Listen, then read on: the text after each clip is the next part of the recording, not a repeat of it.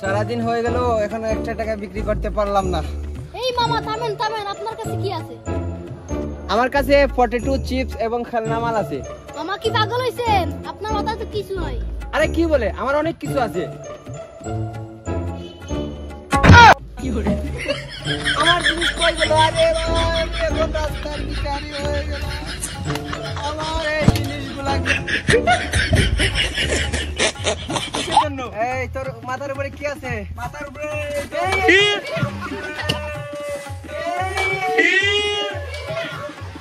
তুই বলে গেলি